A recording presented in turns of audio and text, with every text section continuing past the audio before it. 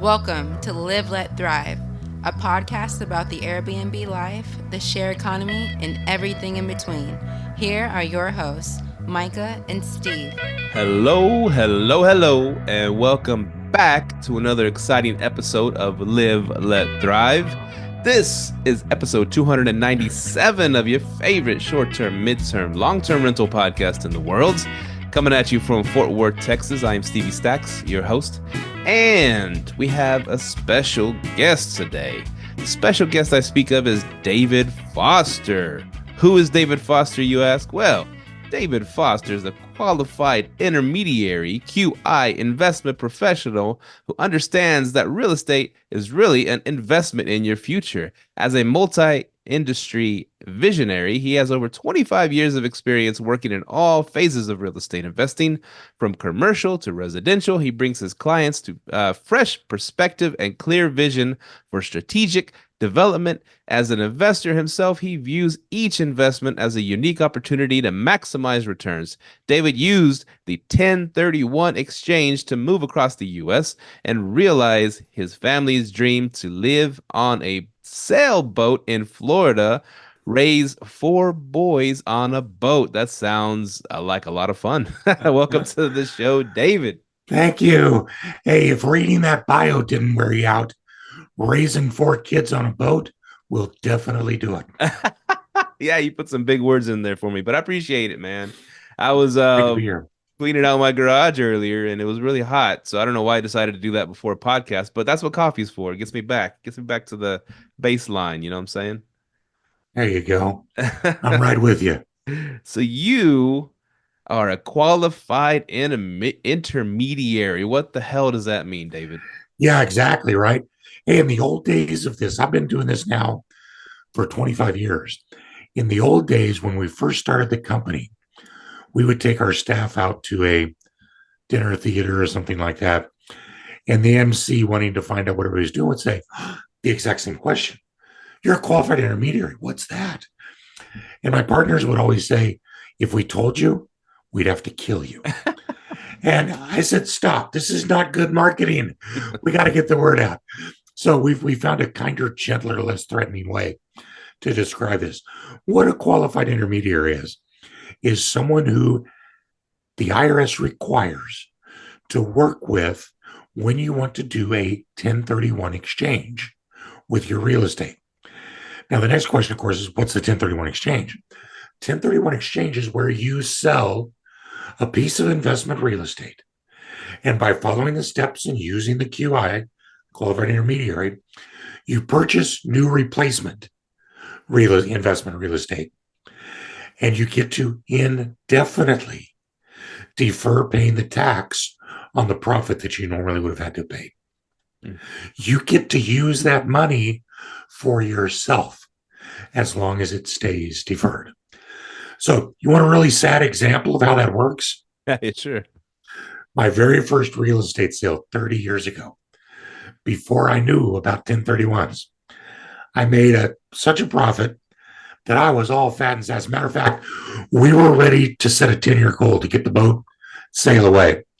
I sold that property. My accountant informed me that I was going to have a $30,000 tax bill.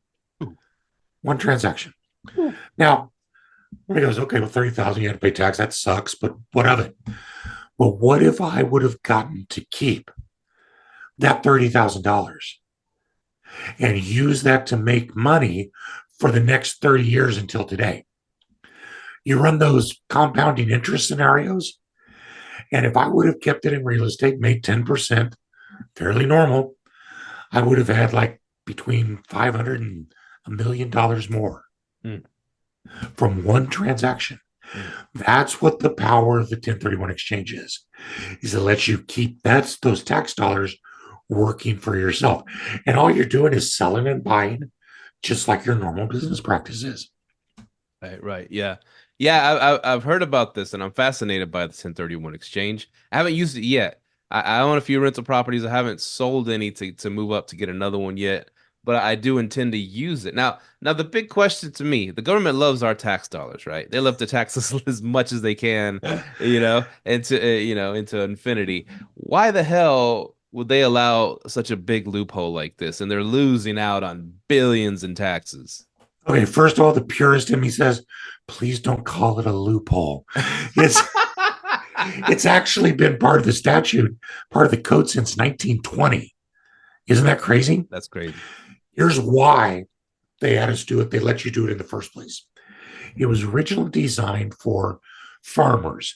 Now, if you remember, we were just coming out of the homestead age. So there were a ton of farmers out there that are all homesteaded 160 acres, and our nation was hungry. Post World War I, pre World War II, we were trying to grow our agribusiness industry. But all these farmers sitting on 180, 160 acres, if they sold their property to go buy a bigger farm to grow, many times they would not have the money left after they paid the taxes to be able to do it. So not only could they not grow, but what about all those young kids wanting to break in and buy their first small farm? Small farms weren't selling, so they couldn't break in.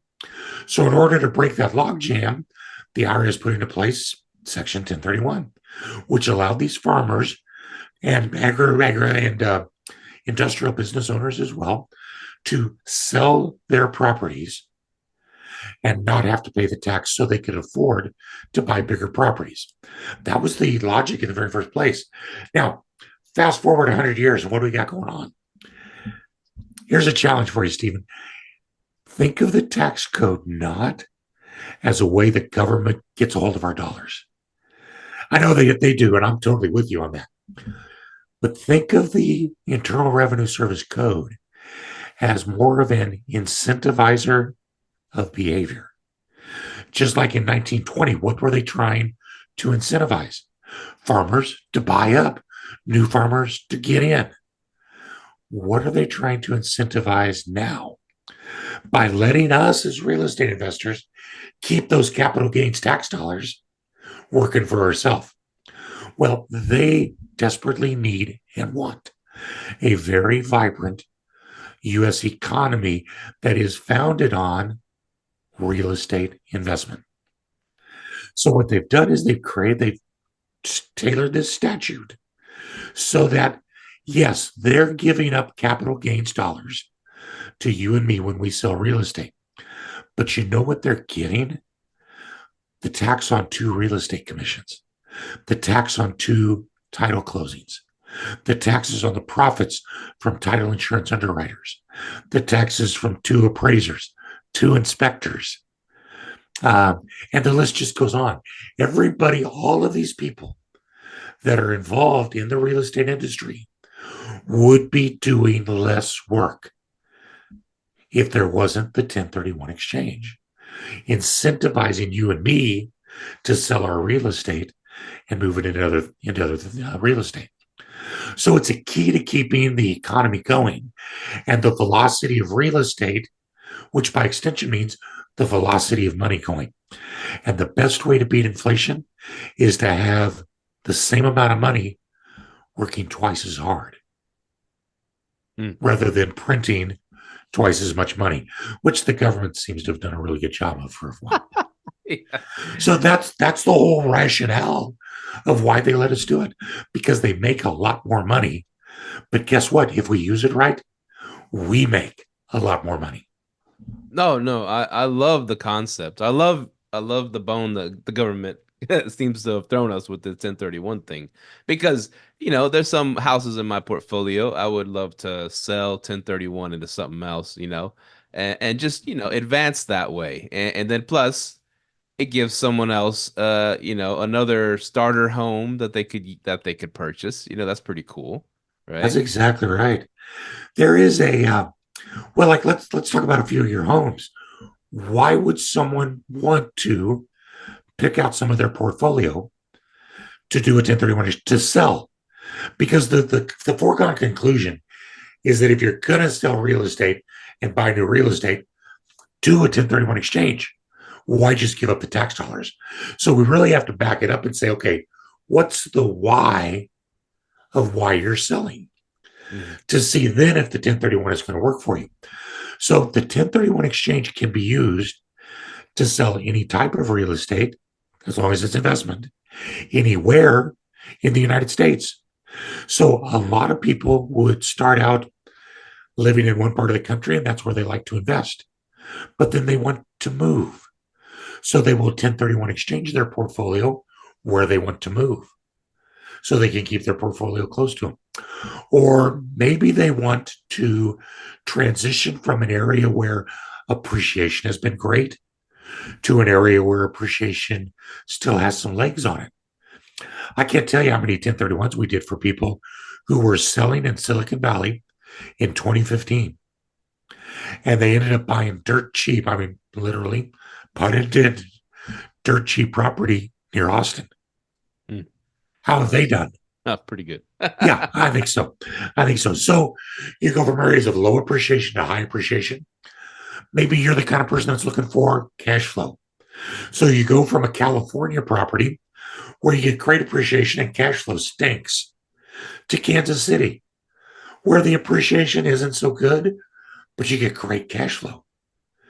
Or maybe in your case, Stephen, one of the things I'd consider is take a look at those properties and say, which ones are at risk for a heavy capital expense? One roof can eat up how many years of cash flow? That's true. So the idea is to sell those where they're maybe getting a little long in the tooth and go buy newer construction where the risk of surprise repairs is much less. That's yeah, all that sounds great. What I was gonna ask also, so with my houses, I recently did some cross segregation studies, right? So I was able to get the bonus depreciation, all that's 100% bonus depreciation, beautiful thing. It countered all the rental stuff I'm doing with my, Airbnbs and all my rental properties. So it's a cool little uh, IRS bonus. I wouldn't say loophole again, like you said. Don't say that. So my question is, and I haven't researched it yet, but what happens when I 1031 out of one of those houses where I sucked all the meat off the bone as far as depreciation? Do I got to pay that back when I 1031 into the next house? Well, the bad news is if you don't do the 1031, that's exactly what happens. Is you got to pay all that. And so then, yeah, you can start over with a new property and do it again. But if you do the 1031 exchange, not only all of the profit, but all of the depreciation, including cost segregated depreciation and bonus depreciation, is also deferred.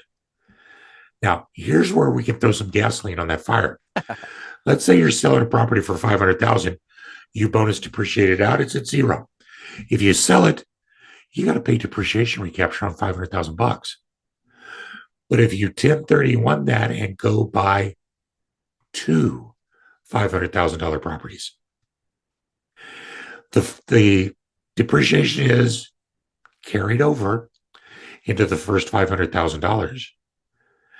And the second $500,000 that you bought more than you sold is additional depreciable basis. So then you go right ahead, depreciate that sucker out year one as well, or whatever you're able to get at whatever stage the tax code is. So you can actually not only avoid paying the recapture, but you can buy more depreciation to use using the 1031 exchange. And so that's what I was gonna ask too. So if I just went and bought one house, if I just 1031 from that house to the next house, whatever, about the same price, then I can't do depreciation on that one house. I have to do it on two houses. Is that what you're saying? Yeah, whatever depreciation you've taken goes into the new property and affects its cost basis. Oh, okay. So if you sold for 500 and your basis was zero, and you bought for 500, your basis is still zero. Oh, okay. It doesn't disappear. But that's why a lot of people use that tactic of either buying something much bigger or buying multiple replacement properties so they can get more depreciation to use. And you just keep banking that and banking it and banking it and banking it until there's a couple things yet that can happen. You ready to talk about these? Yes. I mean, man, these are like taking guns to a knife fight. So let me couch this as in the 4 Ds of why you would 1031 exchange. The first one we've talked about is the compounding interest of simply deferring having to pay the tax, whether it's 2 years or whether it's 30 years.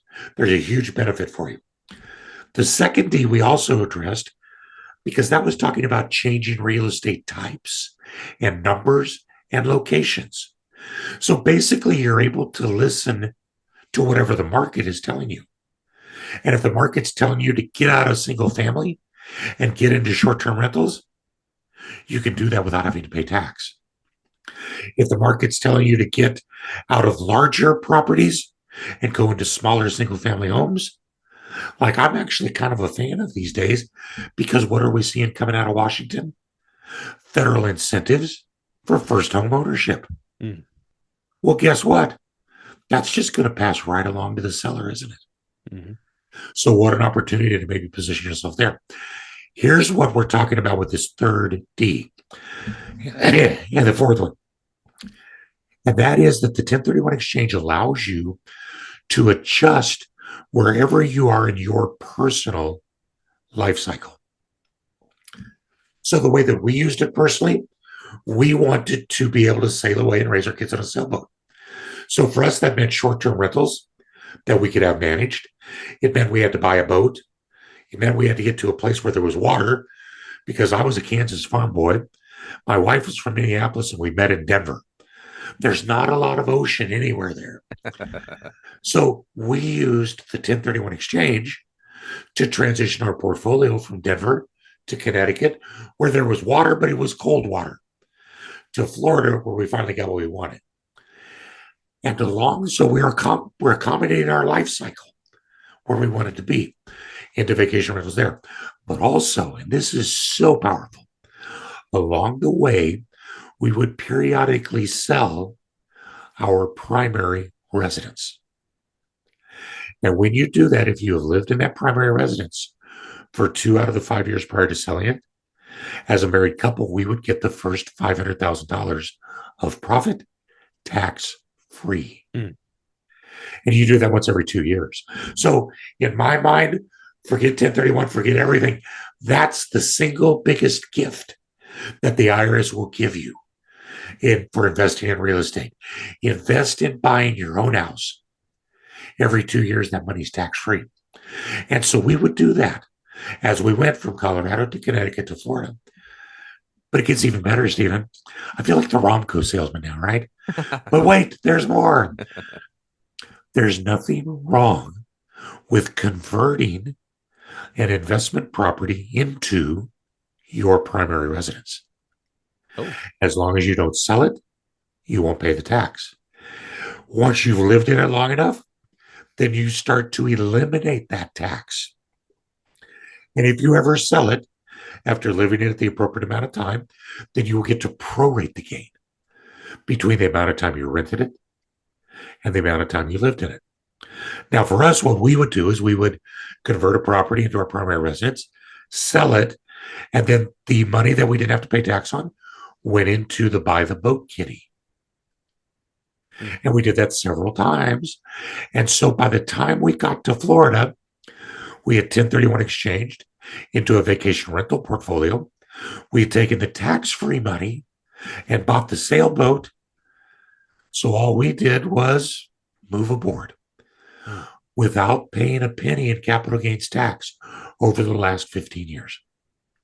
Wow. That's how powerful that can be for shaping your life as an end strategy. I have a guy on St. Pete Beach here who did a 1031 exchange into 3 identical condos, beachfront. They're literally on the same floor of the same building. Once he had rented one for a couple of years, he moved into it and converted it. Now, when he owned it for 5 years, he had lived in it for 3, he'd rented it for 2. So he got 3/5, 60% of the gain, tax-free. He paid a little bit of tax on the rest. Where do you think he moved? Florida.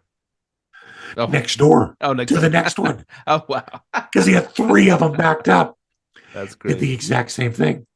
Whenever it's time to sell that one, he'll take that money, tax-free. He'll move into his 3rd one. So you can shape your life totally tax-free, because the final D is one that it's going to happen. We're not happy about it, but it's going to happen. And that is you die. Because when you die, your heirs inherit that property at what's called a stepped up basis, as if they paid market value for it on the day you die. So when you die, you don't pay the tax. Your estate doesn't pay the tax. Your heirs don't pay the tax. It truly does disappear. So from your first day as a real estate investor to your last day here on earth, you have a bunch of ways to never, ever pay a penny in capital gains tax or depreciation recapture to the government, because all of that then ends up going away upon death. I get asked the question all the time from financial advisors and people who want you to invest in stocks instead of real estate. Oh, just pay the tax. Come invest in my Google or whatever, because you're going to have to pay the tax anyways. And my answer to them always is, no, you don't.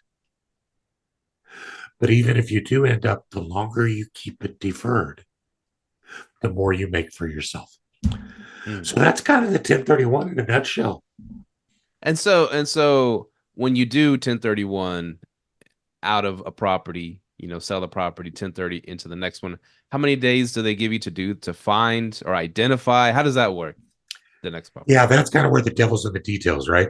Yeah. So you have to use the qualified intermediary. So hopefully they're your guide, right, through the whole process. They better be. But from the date of the closing of your sale, you have 45 more days simply to identify your potential replacements.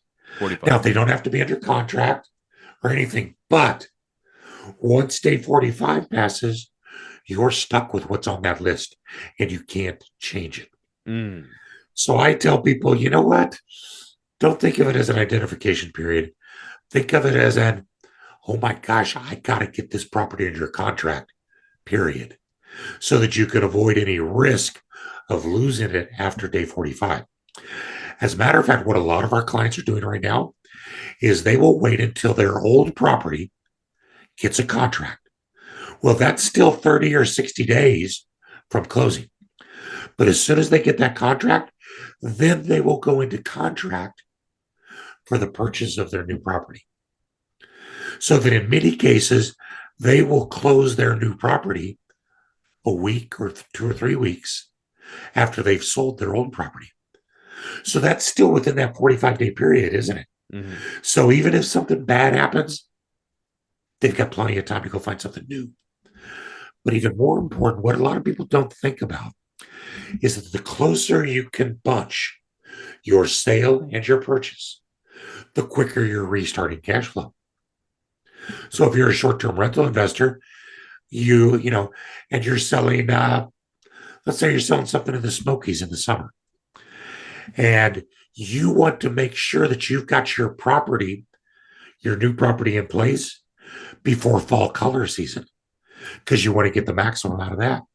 So you try to get that sale happening and bunch that closing as quickly as you can, so you can get that cash flow restarted.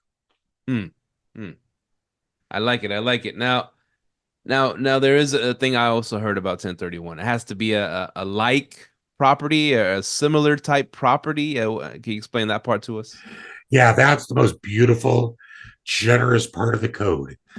And that is that like kind simply means that it's real estate. Real estate anywhere, U.S. for U.S., foreign for foreign. And then there's another term that's used called qualified use. And qualified use means real estate that you have held for investment.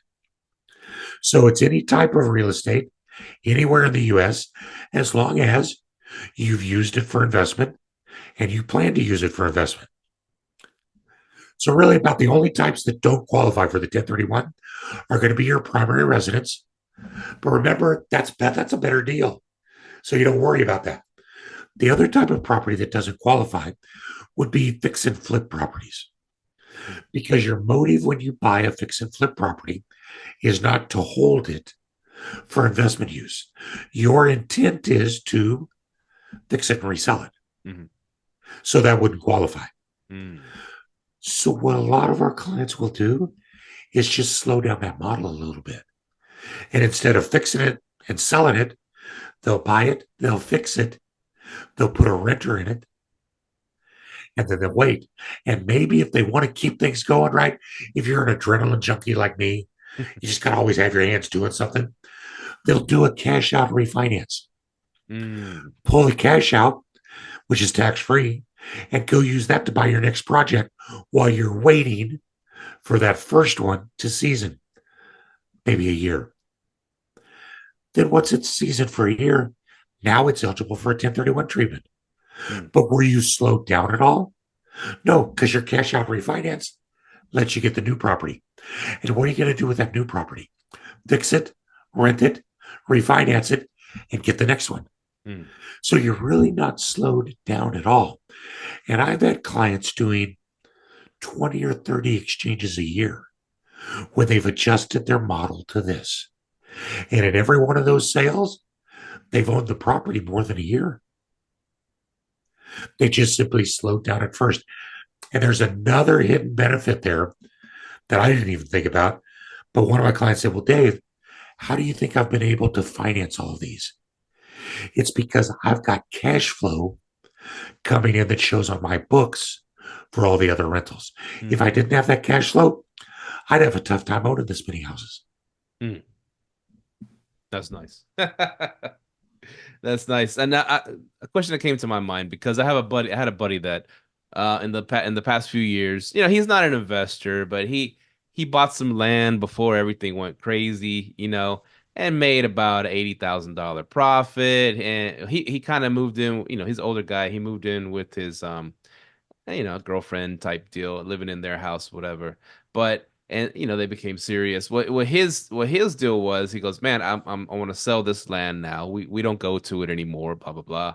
It's gonna be like 80,000 in profit, but they're gonna take a big chunk of it. I've only had it for a few years. And is there any way I could put it? He's asking me because they kind of think I'm the real estate guy at work, right? And so he's like, can I 1031 it? Can I put it into the house that we're living in now? And so I don't have to pay the taxes. And I'm like, I don't think it works that way. You might call a professional, someone like you, to ask how he could avoid paying taxes on that land. But what is your answer to Yeah, that? that's kind of a nuanced question. There's several different ways it could go. So, first of all, he could simply sell it and use the proceeds to go buy new real estate worth at least $80,000. Now, maybe since he's your buddy, maybe you and he going together on a small rental for 160. You own 50 of it, he owns 50 of it. All as long as he purchases at least as much real estate as he sells, he'll defer all tax. So he could do the 1031 himself or with a partner as long as he's buying actual real estate. Now, another thing that he might be able to do is if he's actually living in a house that he doesn't own, he could 1031 those proceeds and buy that house because his girlfriend is not a related party. So he could use his 1031 exchange to buy the house, and he'd have to show that he was using it for rental, for investment. So the girlfriend would need to be paying rent so that, there's just all sorts of, then of course you give it back to her on date night. And there's all sorts of things that you can do. But the 1031 has to be a sale of investment real estate followed by a purchase of investment real estate. And sometimes there's ways to make certain situations work. Wow. So I could sell, let's just say, my first house that I bought. I used the house hacking method. I just hopped from house to house every year or so. And so my first house, real starter home, not the best neighborhood, has good bones, whatever. But let's just say I have 100,000 in equity in that I'll get, right? That I want a 1031. Now from that 100,000, I could put that as a down payment. That 100,000 could be 20% towards buying something bigger. It don't have to be similar priced. Right. How much are you selling that property for? You got 100,000 equity. Okay, that's a good question. I think it's worth around 250, Okay. 250,000. So you're selling for 250 and you'll have about 100,000 in cash Mhm. that comes out after the sale. Right. Your responsibility to defer all tax is to purchase at least as much as your net sale, 250, using all the proceeds, 100,000 to do it. So it could be one property for 250 where you put $100,000 down, or it could be two $250,000 properties with 50,000 down each. Now, this is a huge opportunity. Let me put it in a here's some math example I use often, so it'll flow easy. You're going to sell a property for 500,000 that has a $200,000 mortgage on it. So you got to buy 500,000 in real estate. You got to use all $300,000 to do it.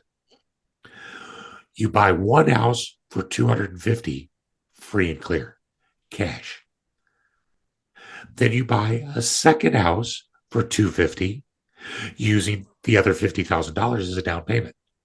So at the end of the 1031, did you purchase at least as much as you sell? You sure did. Did you use all your proceeds? Yep, you sure did. But look what you got. You now have two instead of one.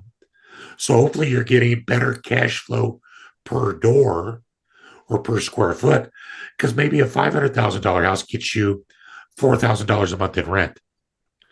But a $250,000 house gets you $2,500 a month in rent. So by having two of those, you increase your cash flow immediately. You've also still getting the benefit of a mortgage on one where the tenant is paying the mortgage, but you also have a free and clear property that you don't owe anything on. So the equity is concentrated. It can sit there as long as you want and wait until interest rates come down where you want them to be, or until you find another target that you want. And then all you got to do, cash out, refinance, and use the money to go buy another property. Meanwhile, though, it's not costing you anything.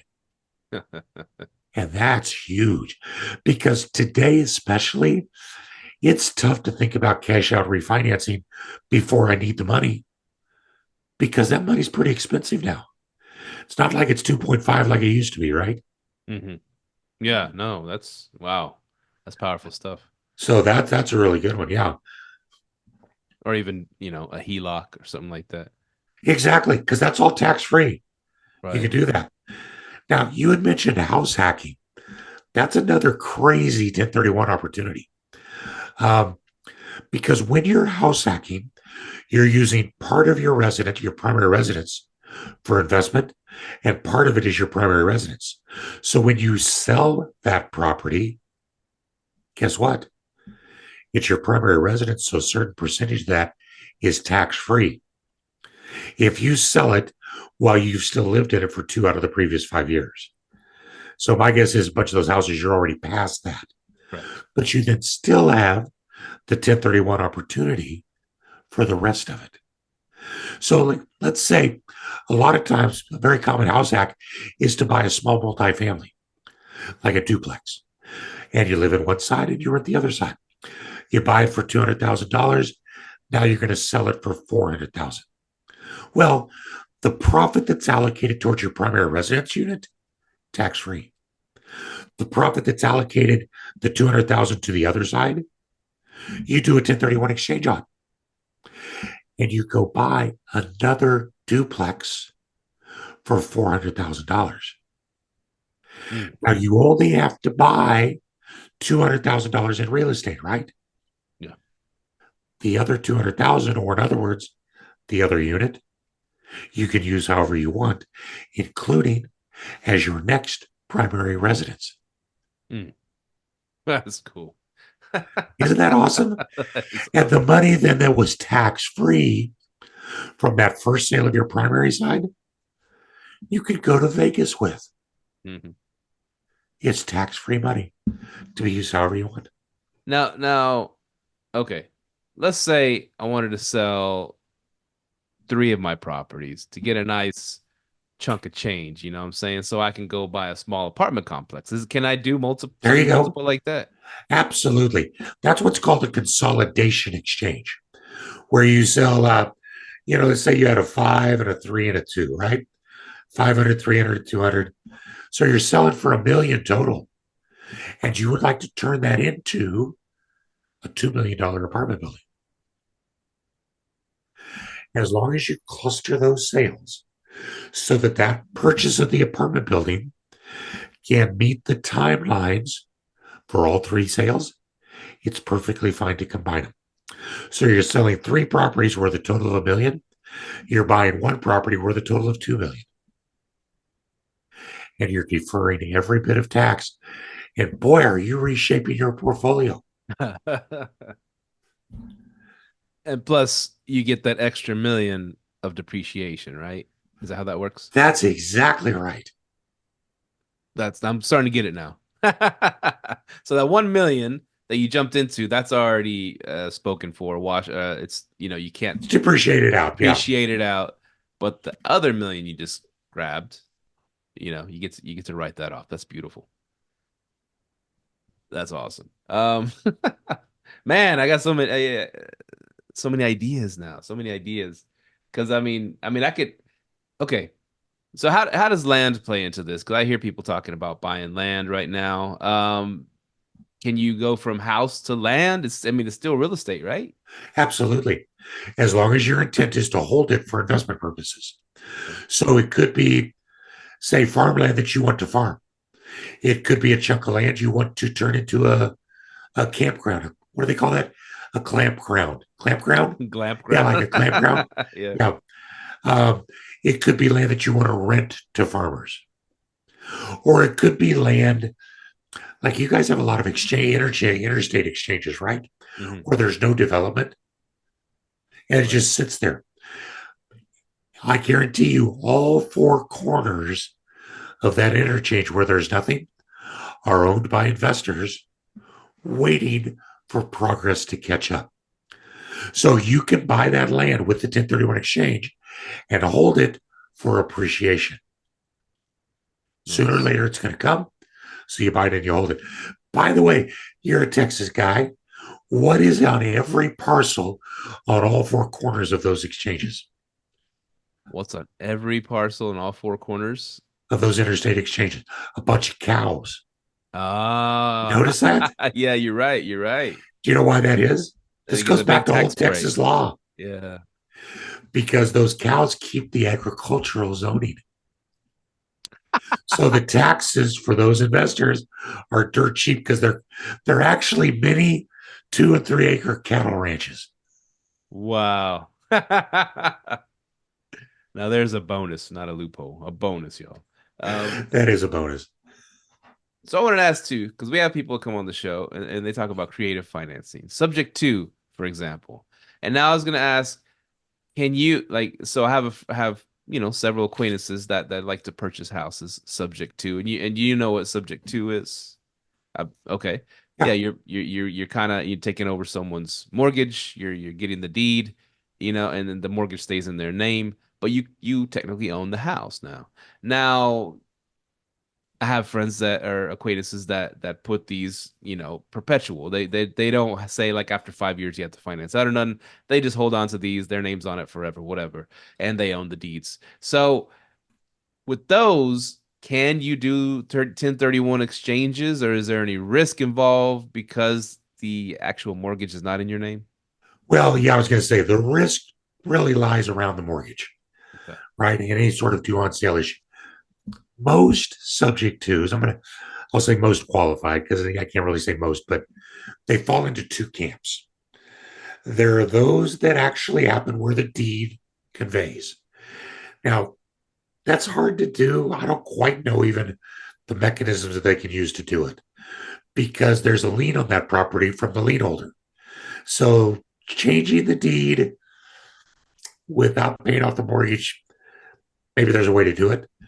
But if so, it doesn't matter to us as the qualified intermediary because what matters is that you sold a piece of property and you are purchasing property that you are getting the deed on.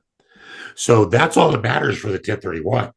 If you want to assume a lot of risk, mortgage risk, or even if it's legal to let you assume the mortgage that's on it, that's perfectly fine.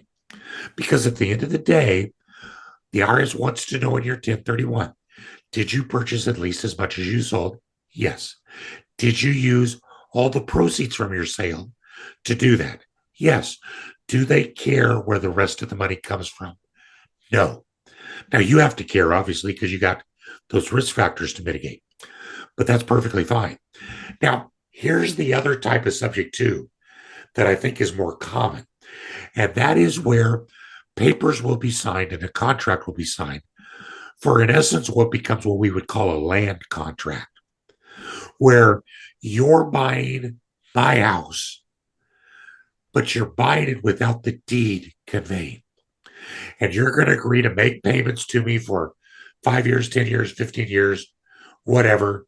As part of that, you're assuming the mortgage, but I still own the deed because I can't get it out of my name because of the financing.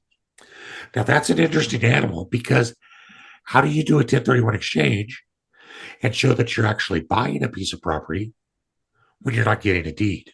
Mm. And the answer is a legal concept called risk of loss. When it can be determined that the risk of losing that property, if the property burns down, if there's a natural disaster, if it gets foreclosed on, if whatever, if it can be shown that the risk of that, of bearing the loss of that, has shifted from me to you, then that's the same thing as you buying the property, even though you don't get the deed. Another way of saying that is benefits and burdens of ownership.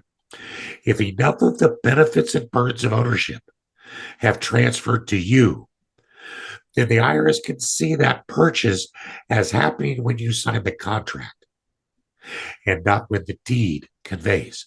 So, are you responsible for real estate taxes, for insurance, for making the mortgage payment? All of those kinds of things demonstrate that you're the beneficial owner, even though you don't have the deed. Is the property going to be reported on your tax return? That's huge. Then that means you have bought it, even though you don't get the deed. So you can sell one of the properties you own and go buy a subject to property on a land contract and still defer all taxes as long as you purchased at least as much as you sold and you used all the proceeds in the purchase. Mm. Mm. That's kind of the deep end of the pool. It is. It is. Now I do. Some came to mind, and it is. I guess it would be a simple way to look at it because I do have friends that do buy subject to, right? And part of the contract they sign with the seller, who stays on the mortgage, is I have the right to sell this property at any point, and then the mortgage will be first to be paid off. So they could, yeah. So technically they could sell it. Mortgage gets paid off. Bank's cool, whatever. You did sell it. You made a profit, and then you could 1031. So that's easier, a little bit easier. Well, yeah, because that's another instance where one of the benefits of real estate ownership is getting the appreciation, isn't it? Mm-hmm. So your buddy can sell that and he gets to make the spread over what he might pay for it, right? Right, right. That's a benefit of ownership. That's another piece of evidence that says that in the IRS's eyes, he actually owns that real estate. Mm. Yeah. Okay. Here's a question, and we talked about these tax incentives, right? How the government wants to incentivize people to, like you said, it started with the farmers to step up, buy bigger land, progress, and then it's like, okay, this thing's working great with houses too. People are stepping up, buying bigger houses. Then there's more houses for the small people to buy, small people, the starter homes, whatever. And we're incentivized, and they got more money to put back into investing. Now people talk about this housing crisis, right? So a strange thing happened. What the Fed thought, okay, we'll just jack up interest rates, and then then there'll be more houses to buy, and the prices of houses are going to just plummet, and everybody's happy. There's more supply now. Yeah. It didn't How's didn't that work worked out. out for them? We got high rates and high prices at the same time because nobody wanted to sell and get out of these 2% interest homes to buy a 8% interest home. Dude, I'm not getting out of mine. Are you? No, No. no. Well, that was the craziest concept anybody ever had. And so, anyways, it didn't quite work out. Still have this housing crisis. Still a lot of people, and then they're discussing like you have to make over $100,000 a year to afford a regular starter home now. It's ridiculous. Whatever. But anyways, all that being said, if you were the housing guy in the government, what incentives would you put in place to help help supply help grow so people can afford houses? What incentives would you put in place to make that happen? Wow, that is, I'm almost having a visceral response against that. And that's crazy. I'll tell you why, Stephen. I'm on the opposite side of things. I look at what the government's doing every day because I want to take advantage of it. Mhm. How wrong? Yeah. It's like, what would I do to help people? Well, you know, I think we have to be very careful of unintended consequences. And yeah, it's nice every time the government gives you a gift, it's going to backfire on you. Mhm. When the government raises minimum wage, if you're not careful, what happens? The price of food goes up. Mhm. So, yeah, those who are dining out pay more, but who else is paying more per food for food? The people that got the minimum wage raise. So, does it really benefit them? Right now, there's all sorts of incentives being looked at to provide for first-time home ownership. I think President Biden was floating when I was like $10,000 down payment assistance. Mhm. Well, if you're like me, I hear the bells going off and I start buying single family homes because sooner or later, people with $10,000 in their pocket from the government are going to come to me to buy my houses. What happens to the price of my houses when I know someone has $10,000 more to spend? I'm not going to sell it for the same price, am I? Up. Yeah, it goes up. Unintended consequences. Honestly, I think, wow, this is going to betray who I am, but I think the best thing the government do is get out of the way, stop spending more than you bring in, and balance the budget and let the market take care of what the market's going to take care of. Yeah. That's Dave's diatribe right there. Sounds simple, but that's the only soapbox I'll get up on. And if we go down that rabbit hole, every part of the government, they get rewarded the more they spend. If they start, spending less, then they're not going to get as much money to spend from the, it's backwards. So it's hard to, yeah. Here's a scary thought for you. This one's going to keep you up tonight.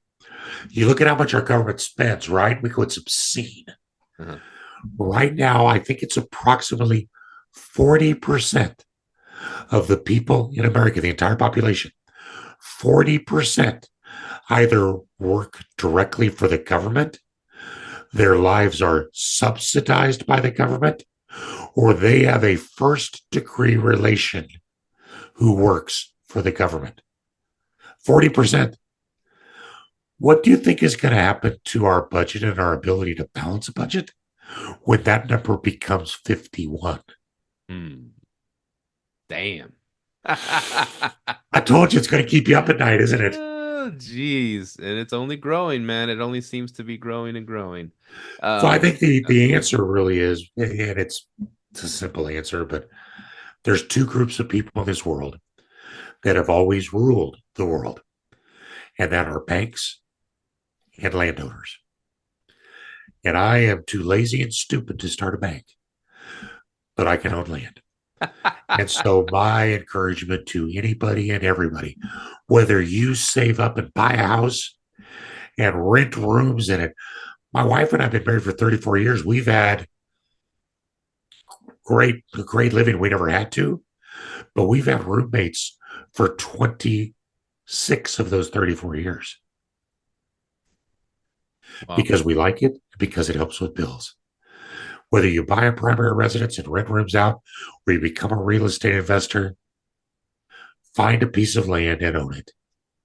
And that's going to be your hedge against inflation and government and everything else. And I assume you use debt as a hedge against inflation as well. Yeah, absolutely. Debt can certainly, yeah, it's kind of a two-edged sword, right? Because it is a hedge against inflation, but it's also a risk. So you just have to be careful. Things like adjustable mortgages are like little tools of Satan's imps. Stay away from those bad boys. But like you and I have this long term, we got 30-year 2.5% financing on all kinds of properties. So when inflation doubles over the next 10 or 15 years, I'm protected because I'm still paying back in $2020, or I'm paying back in $2040 my 2020 purchases. And that doesn't get much better. And I don't see them stop printing money anytime soon. Unfortunately not. You can't just leave your money in a bank and make 2% interest and everything's going to be fine. It's kind of telling. Everybody says, oh, inflation's tamed. Inflation's tamed. It's what the Fed's been crying. No, it's not. Why do you think you can all of a sudden get 5% on a regular savings rate? It ain't because the banks are being generous. It's because that's where inflation is heading. Yeah, I mean, proof's in the pudding. I saw a $15 value meal the other day. It was a value meal. So it's just the new normal. But yeah. Inflation's But real estate ownership and the ability to do it and shape your portfolio without having to pay tax just allows you all the leverage you need to keep growing rather than building to a point, then falling back, then building to a point, falling back. Because you're always keeping the tax going for you. And that's where I live with the 1031 exchange. Yeah, I always look at that. For example, California, they raised the minimum wage to $20 for fast food workers, right? And I look at someone that's working a job 20 years, they're building up. Oh, I got $22 an hour. They're busting their ass to get there. And all of a sudden, everybody makes that because the government, signs something on a piece of paper. That's just, to me, that's crazy. But we can go down that rabbit hole. One more thing on the I heard, this might have been a year ago. Murmurings from the Biden administration about messing with the 1031 exchange. Now, what do you know about that? Yeah, I'm not going to throw him under the bus by himself because every president I've been under for the last 25 years, Republican, Democrat alike, have all initially talked about getting away with 1031 exchange, doing away with it. Because why? It seems like low-hanging fruit, doesn't it? Yeah. It's only a rich guy's game, and it's going to take away all these tax we're not getting. But every one of those presidents has actually looked at the evidence and looked at the numbers and said, no, we need to keep this because of the incentives that we talked about, the fact that they're losing a few billion in capital gains tax, but they're gaining many billions in ordinary income tax. But here's another thing that comes out of the studies, and this is where I kind of have an issue with this current administration, is like, tell the truth. The average 1031 exchange sales price is a little less than $400,000. Now, we're hearing the cries of, it's all the rich guys, it's the Hiltons, it's the big businesses and office buildings. No, it's not. It's you and I and 300 million other Americans that own one small piece of investment real estate. Right. And that's who the 1031 exchange is for. So if they take it away, they're taking it away not from the rich guys. They're taking it away from mainstream America. And so but again, I right now, the Biden administration has kind of been in this mode where they create each budget each year. They create a proposal to get rid of it or radically alter it. But I don't think they really want to do it. It's just one of those bargaining chips that they throw out there Mm. so that the rest of Congress will compromise and say, don't touch 1031, but we'll give you this. And so far, it's been defeated every time.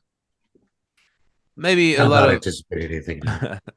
a lot of people in Congress and Senate own real estate themselves. Who knows? Sure, they do. Absolutely do. As a matter of fact, the last budget last year, when the Senate got a hold of it, so the House of Representatives creates the budget, it goes to the Senate to be ratified for their side. They didn't even bother with a head count vote. They did a voice vote that was unanimous. Every senator voted to not touch 1031 exchanges. So that's the uphill battle that anybody's going to have to get rid of it. So I'm not too worried. I probably got a job for a few more years. That's crazy. See, when you first got out, when you first got on the show, I was thinking, did he 1031 into a boat? Can you do that? Well, remember what I did was Yeah. I converted the houses into my primary residence and then took the proration of gain tax free and put that money in my buy the boat kitty. So we 1031 into the vacation rental portfolio that were all houses on the water, by the way. Oh, nice. And we 1030 and we did 1031, but we took the tax free money and bought the boat. And then we sailed all over the Bahamas, east and west coast of Florida, the Keys. And if we ever got tired and needed a break, we just pulled up the boat behind one of our vacation rentals when it was open. We had a good life. It was fun. That's what I was gonna ask. How was life on a boat? And you just kind of answered that. Yeah, people used to ask me, like the people who doubted us. Like my father-in-law was sure I was going to kill his daughter, but people would come up to me and go, "Do you still live on a boat?" And my answer just finally became, "Well, yeah. You mean you still live in a house? Get with it. Go live life. Go have an adventure, whether it's a boat or an RV or whatever. You only get one round at this. Take advantage of it." Do you constantly have the sea legs? Well, I've lost him now, but yeah, for a long time it felt weirder to be on dry land than it did on the boat. That was pretty strange. That is cool, man. I need to look at some houseboats. I've seen a few, but and you could obviously Airbnb houseboats. That's pretty cool. Absolutely. Now, one thing that we did do was we lived in our boat in a 1031 piece of property because one of my clients had bought in Key West a deeded boat slip. And because the boat slip had a deed, it was considered to be real estate. And so he 1031 exchanged into it. And then I rented that boat slip from him for 3 years.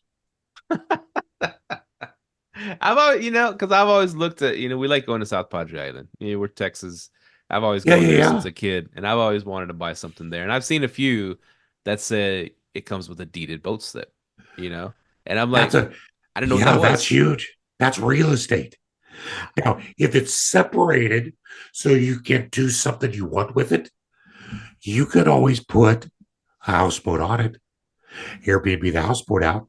Or like what we did is we turned our houses into the short-term rentals. You turn the condo, and then on that deeded boat slip, you put a boat and you make that part of the rental package. Wow. So we rented our houses and we rented our boats.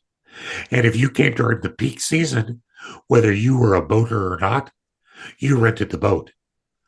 But then they would never drive it, so we just got free boat rent. Man, so many ways to do this, man. I love that and the creativity. You've been doing it for a long time, and I'm definitely going to talk to you because you can be my qualified intermediary if you're still doing that, which you are, I assume. That's where we live. That was actually part of the book that I think you've gotten or is on its way to you. Oh, we wrote a book called Lifetime Tax-Free Wealth: The Real Estate Investor's Guide to the 1031 Exchange. And you can catch it on Amazon. Oh, nice. because that's where we live right now. Is we're trying to help educate the next generation to how powerful this is. So we've got the book. We do 1031 exchanges for people. We've had a great run with it. We're ready, and we want to help others get there too. That's awesome, man. Well, I know a lot of our fans are probably going to be calling you. So where can they find you? Best place is just go right to our website, the1031investor.com. And you can put that in the show notes. We'll give you links to our YouTube channel, which has about 52 videos on all kinds of stuff like we talked about tonight. Just those little snippets that change a mediocre deal into a really good deal if you know how to do it right. Man, yes. I'm gonna get my Padre condo now with the boat slip, and I'm gonna call you, and you're gonna guide me to do how to do it properly. Thank you so much. Well, thanks for hopping on, David. Anything else to add before you hop off and hop back on your boat? Love the model. I think I said it best. If you got something that you're itching to do it now. Go. Oh man, that's great advice, brother. All right, man. Well, thanks for hopping on, and I can't wait to chat afterwards about shaping my life how I want it to be. I mean, you only get one, right? Say exactly. Sounds awesome. Looking forward to it. Keep away from them storms. No crazy. Oh, real quick, no crazy storm stories. You weren't stuck out there on the boat in a storm. Well, yeah, everybody's got those.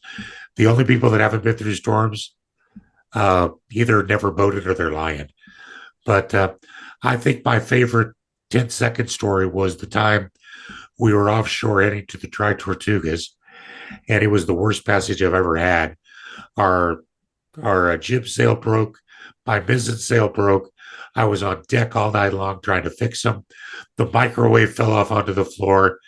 And finally, I just looked at my wife and said, I don't care anymore. I'm going to sleep. Don't wake me if we die.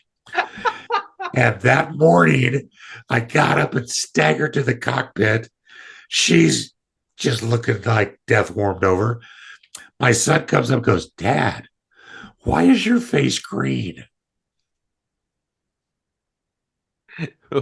Why is your face green? And we got to the Dry Tortugas and we did not talk to each other for 2 days. And after 2 days, I finally just said, I didn't like that trip. And Vicky said, I didn't like that trip either. I said, what if we got an RV instead? She said, I think that would be a great idea. But then 2 days later, you're in the middle of the Caribbean. The sun is shining. The fish are jumping onto your boat. You're snorkeling and swimming, and it's laughter and peace. And we said, okay, you know what? For the occasional storm, this is worth it. That's cool, man. That's good life advice, too. For the occasional storm, it is worth it. All right, man. Well, thanks for hopping on, and we will see you soon. Hopefully, very soon. Thanks, David. Thanks for having me. Live, let thrive. Out. Thank you for tuning in to this week's episode of Live, Let Thrive. Be sure to tune in next week for all the latest in the world of Airbnb and all that entails. Bye-bye.